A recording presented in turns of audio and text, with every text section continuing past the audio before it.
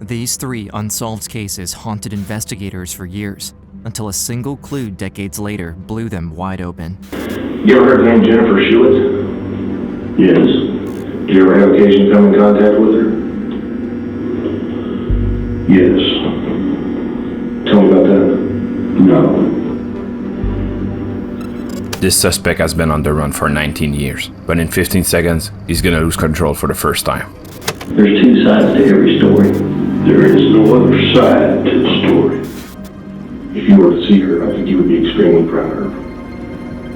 I really do. She's alive. She's alive. She's alive. Let me tell you, she's right now.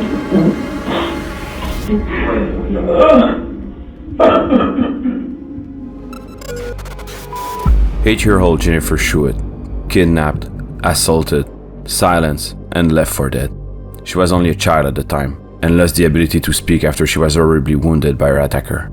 But she survived, remembering every details, and went on to solve her own case, finally putting an end to Dennis L. Bradford's reign of terror. I wanted to help because I was the only living witness. In the small town of Dickinson, Texas, curious little girl Jennifer lives with her single mother, Ellen, in a small apartment in a bad neighborhood. As far as I can remember back in my childhood, I just didn't like the dark or sleeping alone. So I found comfort in going to bed with my mom. We were all that we had was each other. On August 9, 1990, at 2:30 a.m., Ellen exceptionally asked Jennifer to go sleep in her own room because she needed to wake up early the next morning. Jennifer went to her room and read until she fell asleep. In the morning, Ellen can't find Jennifer, and the window of her bedroom leading out to the parking lot is wide open. Sometime early Friday morning, 8-year-old Jennifer Schuett was abducted from her apartment bedroom. Jennifer's mother entered the bedroom and found the bedroom window open and her daughter gone. Went, Jennifer, there was no sign of her, she was just gone. After the police arrived, they went on the hunt right away.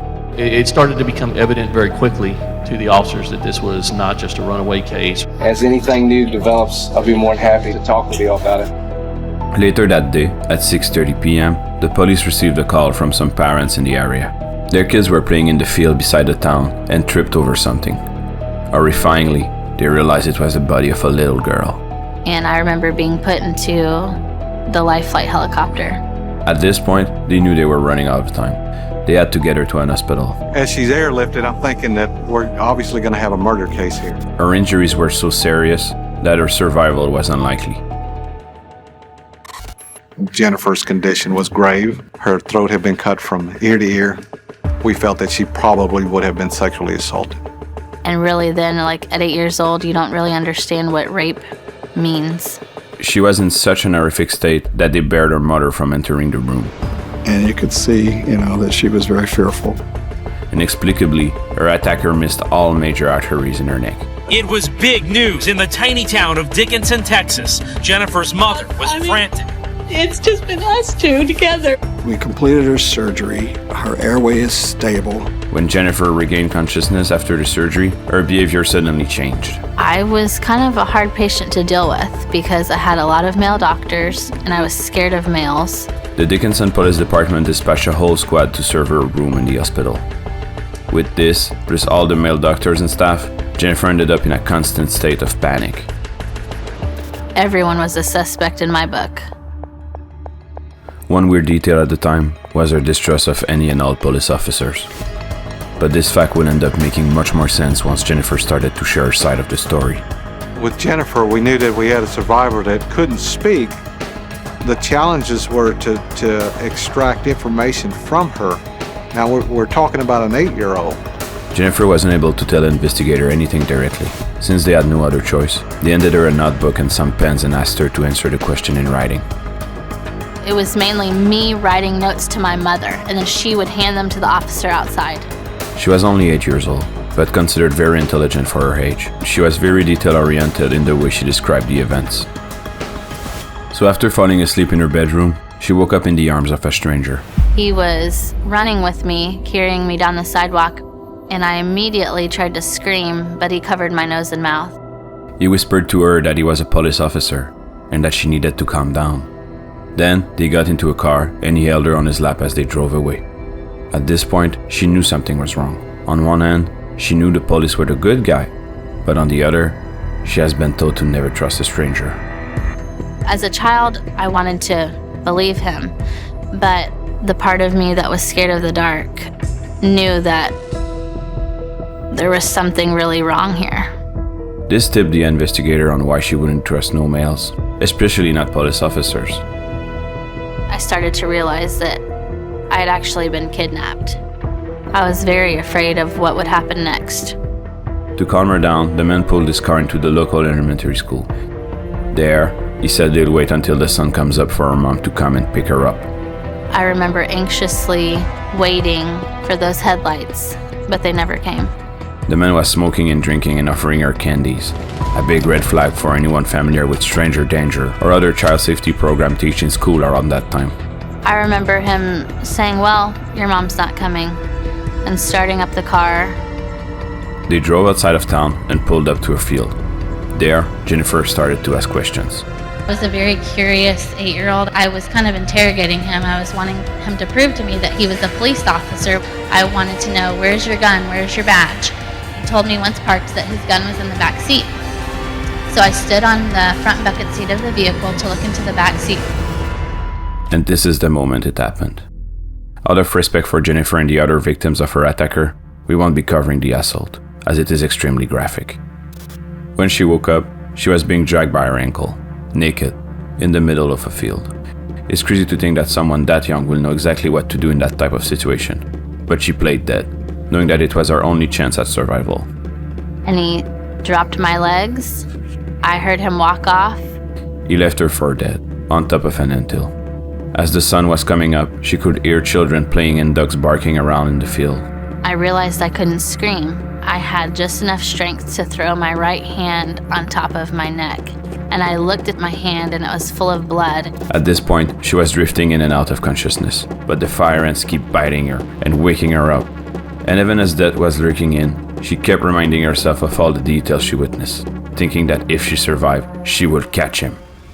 I remember saying that he looked greasy and like he may have had a scar or something on his face. I remember writing down that there were beer cans in the car and the brand of cigarettes that he had. Just every little detail that I could remember, everything that I thought would help in finding him. By asking him a question while she was in the car, she even got him to tell her his name. And so I wrote, he said his name was Dennis. A sketch artist was brought in to help her turn her memories into something the police could use. I couldn't talk, and I'm trying to describe a person through notes. Without saying a single word, Jennifer was able to help produce this. But sadly, this didn't sound like a strong case to the police. They reached out to the public with the sketch to no avail, and in the end, the small police department didn't uncover anything, except some pieces of clothing from Jennifer and her attacker, lying in the field.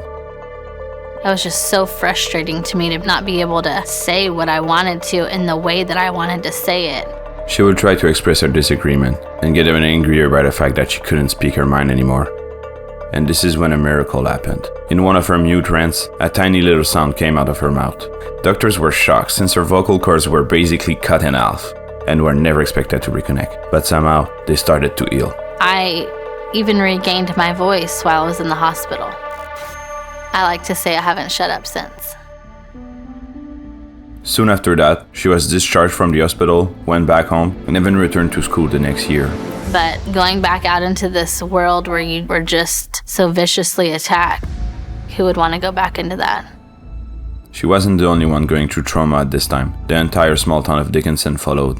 Because the whole community was on edge. No one knew who had done this to me. The police added more staff to its department and started to position officers in schoolyards and even inside classrooms. As time is progressing, the leads are getting colder and colder and you're losing your resources. It's very frustrating. The case gets cold. And Jennifer ended up waiting for 18 years with no sign of progress on her case. And then I got a phone call that Detective Tim Cromie would be taking over my case and he wanted to meet with me. For the first time in years, a police officer asked to meet with her. He told her something which gave her hope. Sitting down with Jennifer for the first time, I told her, I said, Jennifer, I will do whatever I can do in my power till the end of my career to get you the answers that you need for this case. And that simple sentence changed my life. I felt like he was as dedicated to the solving of my case as I was. It was a unique aspect of having Jennifer there to help with certain aspects of the case that otherwise we had never known. I really wanted to be a part of the solving of my own case. I wanted to help because I was the only living witness. He contacted the FBI and asked them to analyze the pieces of clothing they found in the field 18 years prior. Often working cold cases, time is your enemy. People forget, people move away, people die. This was one of the benefits of time in our case, was the advances of technology in the DNA field. As time went on, and it took so long, my optimism faded. If we didn't get a DNA hit, I wondered if we were ever going to solve this case. The procedures took an entire year, but weren't fruitless. It was 2:30 in the morning. My phone rings, and it's the DNA lab. The DNA examiner told me we got a hit. On September 22, 2009, the FBI gave them a name. Dennis Earl Bradford. Who? Who is that? We never saw that name in a report. When Tim and I made the connection back to the notes that Jennifer wrote saying his name was Dennis. Jennifer was 8 years old, on pain medication, couldn't speak, and then all these years later, for that to actually be the fact. At that point, it was monumental that this girl was so accurate. He was a 39-year-old man from Arkansas who had just been released from prison for another kidnapping. Only 6 months after Jennifer's abduction, he was arrested for attempting to sexually assault another woman in a bar. 7 years after the first abduction, the man went for another woman, choked her, and pulled a knife to her throat, just like he did to Jennifer. And it was from that sexual assault that his DNA was put into the national database that ultimately matched back to the evidence we submitted. They also received a copy of his driver's license from 1990. As you can see, Jennifer's sketch and the driver's license picture are a perfect match. It was almost as if drawing a sketch based on that driver's license photo. It was that accurate.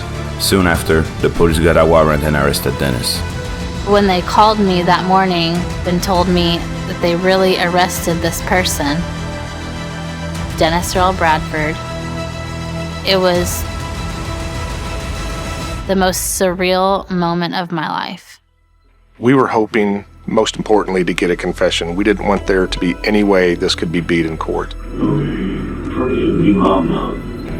I was the little girl out of that window.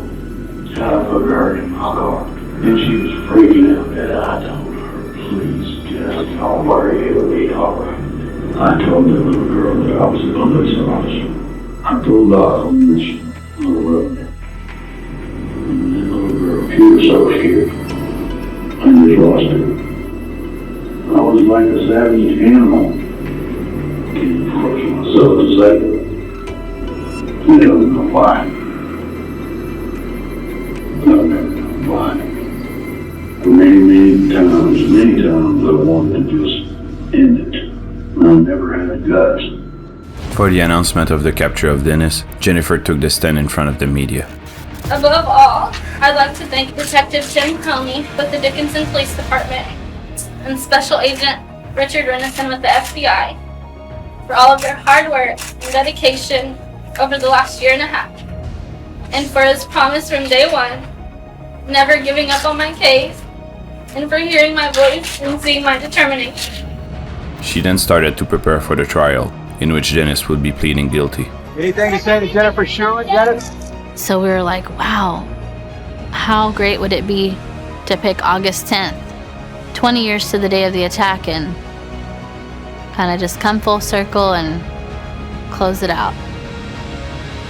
I remember staying up late, endless nights, trying to perfect my victim impact statement, just trying to perfect what I wanted to say. I had 19 years worth of things to say to this person. But in the end, that trial never happened, because Dennis hung himself in his cell once he was incarcerated. On the day the trial would have taken place, she went to his grave and read her victim impact statement to him. Dennis Bradford you chose the wrong little 45-pound, 8-year-old girl to try and murder, because for 19 years, I've thought of you every single day and helped in searching for you. In my heart, I knew you were out there. And now I know, listening to my heart all of these years and never giving up on finding you, I was right. She was wondering if this could give her closure of some sort, if he could hear her from beyond.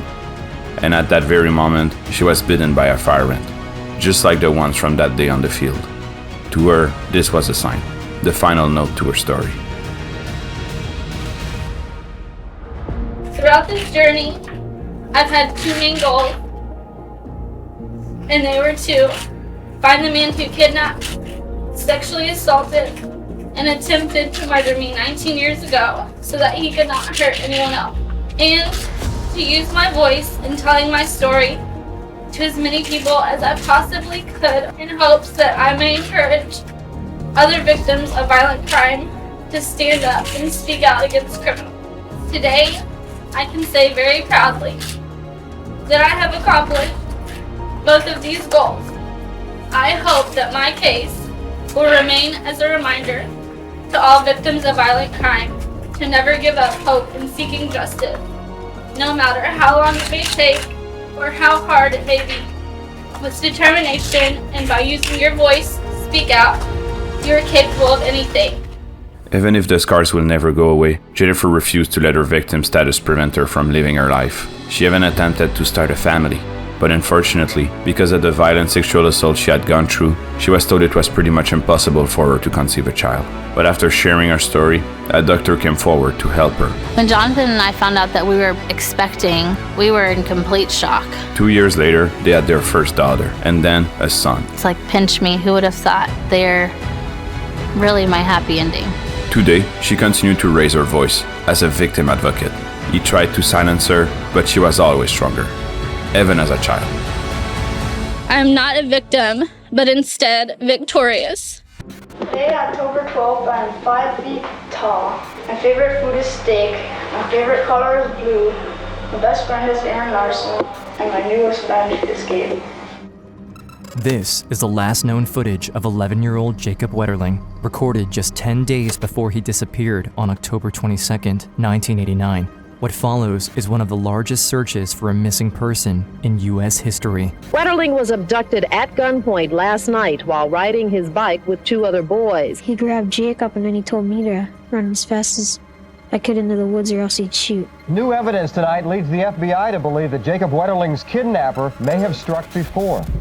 Only 10 miles from where Jacob was abducted, Jared Shirel was also kidnapped and assaulted just 6 days before his 13th birthday in 1989. Decades later, he will be the key to solving not only his own case, but also a series of attacks on other young boys in Minnesota, including Jacob Wetterling. This crime was so horrific in nature, and it's gone on for 25 years. How many psychopathic pedophiles can exist in a 20-mile radius? I want answers. I want to know what happened. I'm going to give it 110%. If the answer's out there, then I'm going to find it. St. Joseph, Minnesota. 11-year-old Jacob Wetterling lives with his 3 siblings, Amy, Trevor, and Carmen, and his mom and dad, Patty and Jerry. It's October 22nd, 1989. It was a chilly, but not too chilly October morning. We got up. Jacob and I went fishing and then came back for a noon kickoff for the Vikings game. It was kind of a family tradition, watching Vikings football. That evening, Jacob's parents go to a dinner party at a friend's house, about 25 minutes away. They were going to be back later that night, and they planned for the kids to stay at home while they were gone. We were in the middle of dinner. Trevor calls, asks Patty if he and Jacob and Aaron could ride their bikes down to the local convenience store and rent a movie. There's nothing between us and the store. It's farm field mostly and a few houses. But it was starting to get dark and I said, no, find something to do. We've got plenty to do. But the kids keep asking. They convince Patty and Jerry to let them go to the store with their friend Aaron, if they take flashlights and head straight back home afterwards. St. Joseph is usually a very peaceful place, and the Wetterlings figure the kids will be fine, as long as they watch out for traffic. It must have been about 45 minutes. The phone rang and they called for me to come and take this call, and it was our next door neighbor who called and said, you have to leave that party right now and come home. He came back to the table and said, "We gotta go." And I said, "You know what? Aren't those kids back yet?" And he said, "Somebody took Jacob." Patty and Jerry are horrified. They rush home to find Trevor and Aaron in a state of shock. Trevor was just agitated. And I remember Aaron was like hiding in the corner, biting his nails. He just wanted to disappear. They had witnessed something awful. I want you to give me anything you can recall about this male party that approached you guys, okay? He was like a man, sort of big. He had like was this for like nylon thing or the mask? You know what color it was? Black. The kids tearfully explain what happened. After picking up a movie from the store, Jacob, Trevor, and Aaron started to ride their bikes home. But then, Aaron heard a sound coming from the side of the road. You know, it's kind of tall grass. A kind of a shiver went through me, and I didn't know if it was, just the wind or an animal, but just something didn't feel right. And I just remember the first thing I saw was kind of the flash of the gun. A masked man threatened the kids with a gun, forcing them to get off their bikes and go into a ditch. At first, they thought it was just a high school kid playing a prank, but they quickly realized how terrifying the man actually was.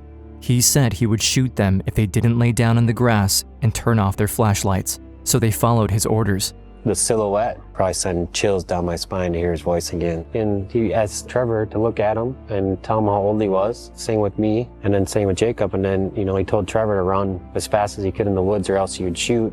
And then Trevor was gone maybe 10 seconds. He basically did the same thing with me and told me to run. Trevor and Aaron ran as fast as they could, knowing the man could decide to shoot them at any moment. They turned around, hoping to see Jacob following them, but both Jacob and the attacker disappeared. Trevor and Aaron frantically went back to the house to get help. They escaped to safety, but they had no idea where Jacob went or what the man planned to do with him. I was the last person, with him. You have that guilt of he should be here and I shouldn't be here. Hearing Trevor and Aaron's story, the Wetterlings are devastated and desperate for answers about where their son is and who took him. Trevor and Aaron give as many details as they can about their attacker. The search for Jacob becomes one of the largest searches for a missing person in U.S. history. As days pass, no one can find him, but the Wetterlings' best hope could come from another victim, a young boy named Jared Shirel. There were details that I recognized right away. Description of the voice was similar. There was a number of details that were pretty consistent to my case. January 13th, 1989, 9 months before Jacob's disappearance, 12-year-old Jared Shirel lived a happy life with his family in the small town of Cold Spring, Minnesota, just 10 miles from the Wetterlings. That night, he went ice skating with his friends. Afterwards, they got malts from a cafe. What started as a typical night quickly took a turn for the worse. When it was time for the boys to head home, Jared walked up to his friend, Corey. There's a little alleyway out back, and we walked through the alleyway. And the one thing that I will always capture is Jared asked me to walk him home, and I said no. Jared said goodbye and started to walk home alone, but when he didn't get back on time, his family started to panic. Where the hell would he be? It doesn't take an hour to get from the restaurant to the house. No one knew where Jared was, but nearly 2 hours after he said goodbye to his friends, his parents saw him running up to the house, distraught. Right away, he said he was attacked, and the man who did it was still out there. His parents called the police, and Jared had to relive his traumatic experience for any hope of catching the man who did this to him. It was probably 9:30 when I started walking home. A car approached me. I just started giving this guy directions. The man had got out of the car. He grabbed me. He said, "Get the f*** in the car. I have a gun and I'm not afraid to use it." Jared followed the man's orders, doing everything he could to survive. He studied the car as much as possible, hoping he would be able to escape and use the details later to help catch the attacker. He noticed there was a police scanner inside the car. The man made Jared pull his hat over his eyes and lay down in the back seat, but still, he paid attention to every turn they took. After driving for about 15 minutes, the man turned onto a gravel road and stopped the car. Jared was gripped by fear as the man approached him. Then, the 12-year-old was sexually assaulted in the car. When it all ended, Jared was terrified, wondering what the attacker was planning to do to him next. But to his surprise, the man drove him right back to Cold Spring, about 2 miles from the Shirel's house. He gave Jared his snowsuit back, but he kept some of his other clothes, and he threatened the young boy before letting him go. He had said, it's okay to talk about this, but if they come close to finding out who I am, I'll find you and kill you. The attacker told Jared to run. If he turned around, the man would shoot. Jared sprinted back home, desperate to get away. After going through an unimaginable attack at such a young age, it's up to Jared to explain what happened. He tells the police every detail he can remember about the car and the man who assaulted him, hoping to help them catch this monster. Jared says he was wearing camouflage, and he tells them about the police scanner inside the car. He even directs them along the route they drove. It's sad to picture it, but in order to do that, I had to lay in the backseat of the squad car with my eyes covered and just go off my memory. 3 days after Jared's abduction, police identify a possible suspect, Danny Heinrich, a former member of the National Guard. He's already had other run-ins with the law, like burglaries. He also has a few DWIs, and during one stop, an officer noticed he had a police scanner in his car, just like what Jared had described. In a photo lineup, Jared identifies 2 men he thought looked similar to his attacker. One of them was Heinrich, but he can't narrow it down to one suspect, and police can't charge anyone. Jared has to go home knowing the man who assaulted him and threatened to kill him is still out there. I think I slept on my parents' bedroom floor for the first year. The level of fear that you go through, the emotions, anxieties that you learn to overcome. Jared thinks he's the man's only victim, but later that year, he hears about Jacob Wetterling's abduction in the nearby town of St. Joseph and immediately notices the similarities to his own kidnapping. Jared wonders if it might be the same culprit, and he wants to do everything he can to stop him and help find Jacob. December 13th, 1989, almost 2 months after Jacob Wetterling's disappearance, Jared Shirel works with FBI agents to make a sketch of the man who attacked him. They see similarities between the sketch and Danny Heinrich, and 3 days later, the FBI brings Heinrich in for questioning. They ask where he was on the nights of both Jared and Jacob's kidnappings. He doesn't have an alibi for either, and he agrees to give them his shoes, a hair sample, and the tires from his car. The shoe prints and tire tracks left at Jacob's kidnapping site are similar, which helps officers to get a search warrant. Once inside Heinrich's house, they find radio scanners, black boots, camo pants, and even photos of young boys. However, police let him keep the photos, and they leave. February 9th, 1990. Nearly a year after Jared was attacked, the FBI matches fibers from his snowsuit with the fiber sample from the car Danny Heinrich was driving. He's arrested on probable cause for Jared's kidnapping and sexual assault. FBI profilers help set up the interrogation. They even stuff papers in folders and write Heinrich's name on them, trying to intimidate him and make it seem like they have a lot of evidence. But in reality, they need him to confess. They hold him overnight in jail, but he denies everything. The county attorney decides they don't have enough evidence to charge him with anything, and they have to let him go. Suspicion grows, and while they can't prove anything yet, Jacob's family refuses to give up their fight to find him. We are constantly looking at this case. We're not going to put it in a drawer. We're not going to forget about it. We are going to stay committed to getting this resolved. We owe that to the Wetterling family and the community to get an answer to them. When your case gets cold, the only person that can keep it in the public eye is a loved one. And they have tried to do that, and Patty has never stopped trying to keep Jacob's face out there. I never want to have to look Jacob in the eye and say, I wanted to keep going, but I got tired, or it was so long. We never quit, ever. Meanwhile, the pressure builds on Jared. He wants to do everything he can to help connect his case to Jacob's and to bring answers. Police often pull him out of class at school, and even though they try to keep his identity private, rumors spread quickly in the small town that he's the boy who was assaulted. He constantly has to answer questions, and investigators keep pushing him to tell them for sure who did it, even though he doesn't know. One particular interview, my parents weren't allowed in the room. I was drilled with all the necessary details and then questioned in regards to how certain I was on those details. It led into, who this person is. And, as much as I wanted to provide the answer, I didn't know the answer. I finally broke down in tears, and my parents had seen me and said, "We're done." Jared's family decides to leave Cold Spring, hoping to help him move on and feel like a regular kid again. They want to protect him from all the pressure, and also from the attacker, who still lurks free. They move just about 20 miles away to their new home in Painesville, Minnesota, hoping for life to become more peaceful. But Jared and his family have no idea about the horrors that are already going on there, and they won't find out for over 2 decades. For years, Jared Schiral's case and Jacob Wetterling's kidnapping remain unsolved. It seems like there's no hope for finding Jacob or catching the man who took him. But over 20 years after the kidnappings, one blogger will make a discovery that changes everything.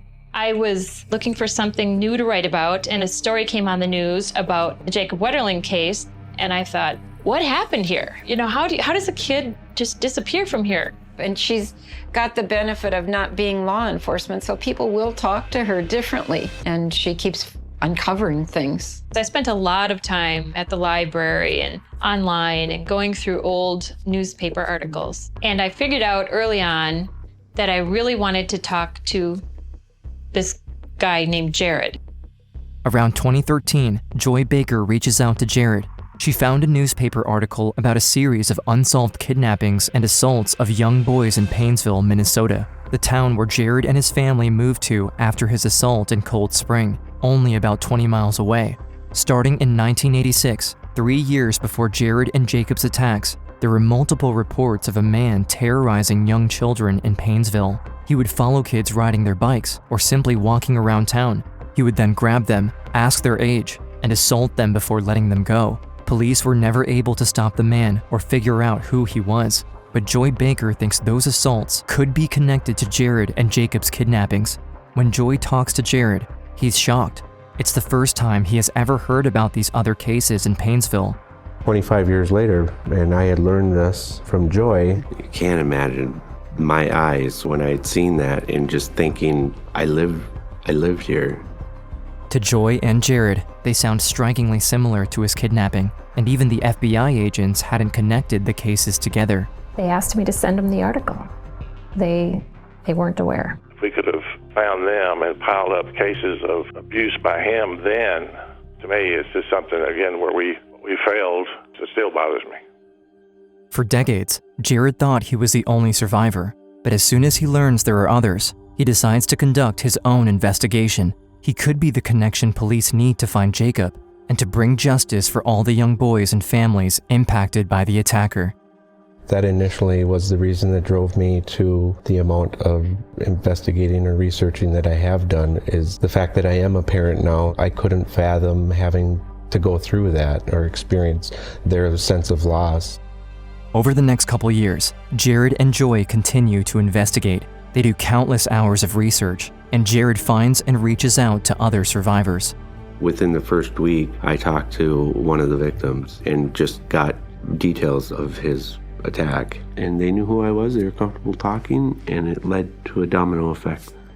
Finally, after all of Jared and Joy's work, investigators look again at the Paynesville cases, along with Jared's. Authorities still have a hair sample from an early suspect who lived in Paynesville at the time, Danny Heinrich. With advancements in technology, investigators are able to use DNA from Jared's clothes he wore on the night of his attack and compare it with the DNA from Heinrich's hair sample. It's a match. Police now have concrete evidence that Heinrich is the one who attacked Jared. But sadly, Jared finds that he won't be able to put him in jail for it. They said, the good news is we have your guy. The bad news is statutes of limitations exist in your case and we cannot prosecute him. That made me feel like I've worked hard to find this answer, and I get the answer, but I don't get prosecution. It's not fair. Even though Jared can't get Heinrich convicted for his case, he still wants to help the other families who need answers. Because of the work Joy and Jared did, police are able to investigate further into Jacob's disappearance. They get a search warrant for Heinrich's house. They don't find evidence about Jacob or the Paynesville attacks, but they do find binders of child pornography. July 28, 2015, Heinrich is arrested on child pornography charges. But while investigators believe he took Jacob, they still don't have definitive proof. They may never know where Jacob is or what happened to him if Heinrich doesn't confess. In a desperate attempt for answers, they come up with a shocking deal for him. If he shows them where Jacob is, then he won't be charged in his case. They will also drop all but one of the child pornography charges. U.S. Attorney Andrew Luger thinks it's the only way to get the truth, and the Wetterlings agree to offering the deal to Heinrich. We had belief, but not evidence. So my job, under all of these awful circumstances, put him behind bars for a long time and get the answers that this family and the state of Minnesota have been looking for almost 27 years. Was it a hard decision? No, not really. For nearly 27 years, we've been looking for Jacob. We wanted to know, where's Jacob? Heinrich agrees to the deal. After only 10 minutes in court, the prosecutor asks if he kidnapped, sexually assaulted, and murdered Jacob Wetterling. He calmly responds, "Yes, I did." He goes on to explain what happened when he took Jacob. After he assaulted him, Heinrich thought he saw a police car patrolling nearby. He panicked and shot Jacob. He also confesses to Jared's abduction and sexual assault and leads the officers to a spot just outside of downtown Painesville where he buried Jacob's body. It was actually absolutely stunning to try and process. How do you shift your head from hoping and searching to now knowing he wasn't alive? Because of the plea deal he made, Danny Heinrich is not charged with Jacob's murder. But in 2016, he's sentenced to 20 years in prison for child pornography. He will be in his 70s when he gets out. Jacob's death is now a painful reality, but finally, the families have the truth about what happened nearly 30 years ago. And Patty Wetterling says they almost feel a sense of calm, knowing that Jacob isn't hurting. I want to say, Jacob, I'm so sorry. It's incredibly painful to know his last days, last hours, last minutes. That gunshot snuffed his breath out, but his spirit is so strong, you can just see how it affects people. He's taught us all how to live, how to love, how to be fair, how to be kind. He speaks to the world that he knew, that we all believe in, and it is a world that's worth fighting for. His legacy will go on. We love you, Jacob. Jacob's parents created the Jacob Wetterling Foundation, now the Jacob Wetterling Resource Center, a program that helps families of missing children. They also worked to pass the Jacob Wetterling Act, which required states to establish sex offender registries. Patty Wetterling served as the chair of the board for the National Center for Missing and Exploited Children, and today she's a well-known advocate, never stopping her work to protect children and help other families. We're fighting for our children. They have hopes and dreams, and it's our job to find them. We can never give up, ever. Without Jared Shirel telling his story and his work with Joy Baker to get justice, the Wetterlings may never have known what happened to Jacob. Today, the Wetterlings are still close with Jared and Joy, who helped bring answers for many families that have been fighting for decades. I'm grateful for the level of support and encouragement that I've received along the way. This is another step towards closure. I give Jared all the credit in the world. He's come forward and said, I think it's the same guy. I want to do everything I can to help Jacob. I hope some other people realize how brave Jared really is. I also want to say one huge shout out to Jared and Joy. Jared had the courage to stand up and say, this happened to me, and there are others. We really did just adopt this man. He was so incredibly powerfully part of our resolution. Cleveland 911. You need police. Help me, I'm Amanda Berry. You need police, fire, or ambulance. I need police. I've been kidnapped and I've been missing for 10 years. Okay, and what's your address? 2207 Seymour Avenue. Okay, talk to the police when they get there. Okay. Hello? Yeah, talk to the police when they get there. Okay, I'm right now. We're going to send them as soon as we get a car open. No, I need them now before we get back. I told you they're on the way. Talk to them when they get there, okay? All right, okay. Thank you. This dispatcher completely disregarded protocol. He was not supposed to hang up on her, and it only got worse when the neighbor called. Cleveland 911 police, ambulance or fire. Yeah, hey, bro, I'm at 2207 Seymour, West 25th. This broad is trying to break out the house next door to me. She like, this been kidnapped me and my daughter, and we've been in this. She said her name is Linda Berry or some Sir, you know what I mean? Sir, is she still in the street, or where did she go? Yeah, I'm looking at her. She right now. She calling y'all. She on another phone. Can you ask her if she needs an ambulance? She needs everything. She's in a panic, bro. I guess she's been kidnapped, so, put yourself in her shoes. We'll send the police out. Abducted, assaulted, and brutally abused for over a decade, Amanda Berry was chained to a wall in her neighbor's basement. Not only would I never see my mother again, but I wouldn't see my sister, my family, or my friends for a decade. She was forced to raise her daughter in captivity until the day she took it upon herself to save her friends and her family, finally putting an end to Ariel Castro's House of Horrors. The source of hope for escape would come from the most unexpected place, 6-year-old Jocelyn. In the city of Cleveland, Ohio, lively teenager Amanda Berry is wondering if she'll show up for work at her local Burger King. I almost called off of work that day because the next day was my birthday. My mom had came to the door and she came to give me a kiss and just tell me have a good day. I got ready for work. But unfortunately, her life ended up taking a completely different turn after she finished her shift. You know, what if I would have called off that day? On her way home, Amanda crossed paths with a friendly face, Ariel Castro, the neighborhood school bus driver and father of one of her good friends. And he asked, do you need a ride home? I said yes. You know, it's a friend's dad.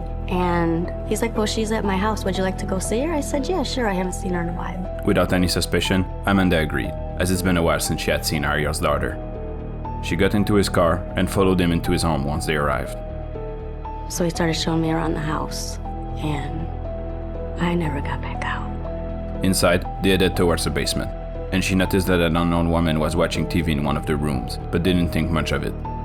Ariel went on to say that she was only renting the room and living there as a roommate. Further down the basement, Ariel claimed that his daughter was taking a bath. At this point, Amanda was probably starting to notice how weird the situation was, as all the windows were nailed shut and tinted black. When he took me to the next bedroom, it was just really dark in there, and he told me to hold on my pants. From there, I knew, like, this was not gonna be good. Afterward, he chained her up to the wall by the stomach, tied her limbs together with duct tape, strapped a motorcycle helmet on her head, and turned up the radio at max volume to cover up her screams. And at the same moment, she noticed that Michelle Knight, the girl she saw in the other room, was also chained to the wall. He just left me there. He shut the lights off, and I just started screaming and crying, and somebody, please help me. The police were dumbfounded. To them, she truly disappeared without a trace. Amanda Berry, when she first went missing, her mother, LaWanda Miller, was on the TV pleading for her return. My daughter should not be kept off the news like that, but it's just so frustrating. Soon after that, Castro called her mother with her phone. What did you say to him? I said, please let me talk to her. Let me hear her voice. Just let me know she's there. Let me know she's okay.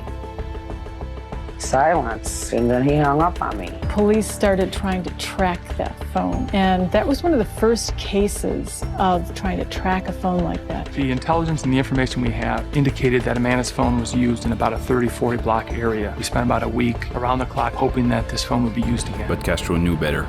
To avoid any suspicion, he took part in the civilian search party and even attended the public vigils that were organized by Amanda's family. How much of a monster are you? You could go to that girl's parents and say, you know, I've been looking day and night, I can't find her. One weird detail at the time was the disregard from the police towards Castro's divorced wife, Grimilda.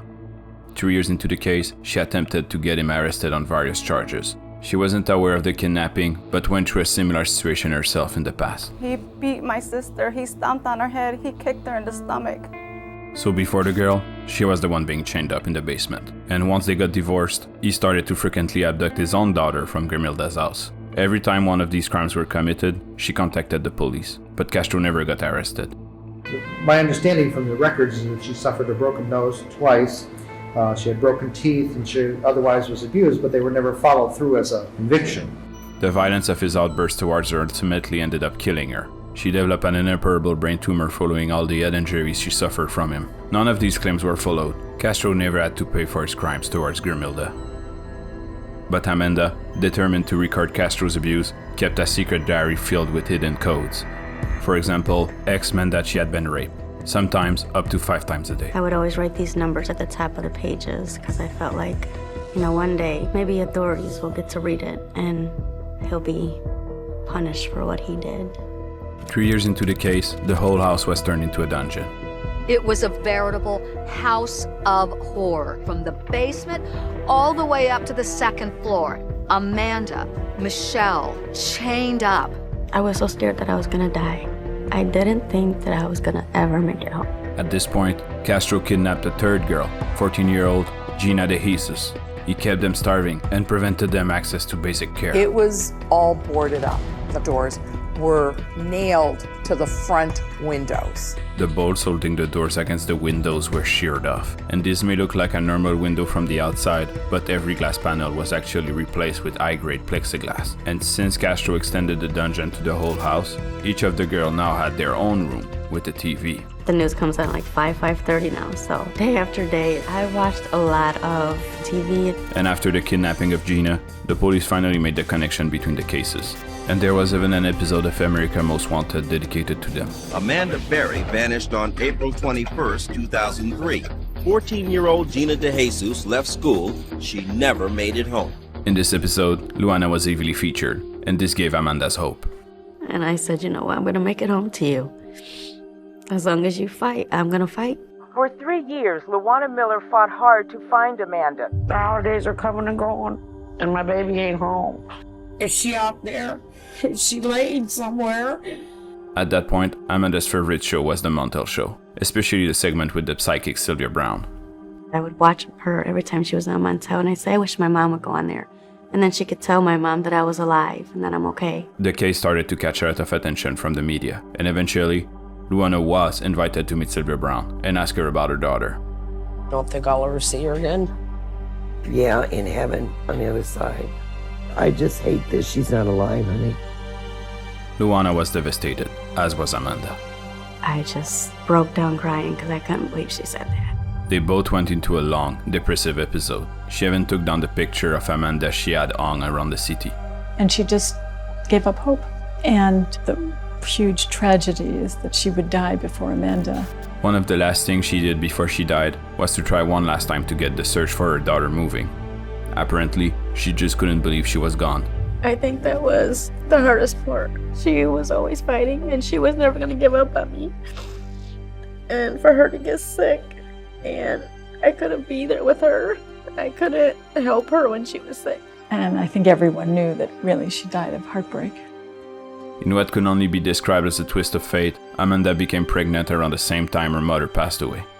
Similarly to the J.C. Lee Dugard case we already covered, Amanda saw her coming child as a gift from her mother. And for the first time in years, she felt hopeful. Castro used her and the others as sex slaves. As a result, Amanda became pregnant and gave birth to her daughter Jocelyn, the bright light that made the darkness bearable and gave her a reason to live. Amanda named her Jocelyn, and Castro sent her down the basement with the girls. This is his kid. You know, how do I feel about that? And she resembled him a lot.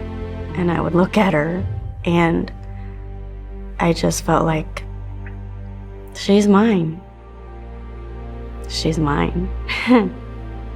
Even if the circumstances were dire, Amanda did the best she could to properly raise her. I really didn't have the control to do what I wanted or to teach her what I wanted. And I kind of had to go through everything with him. As her daughter grew up, Amanda eventually started to rearrange the room for it to look more like a classroom.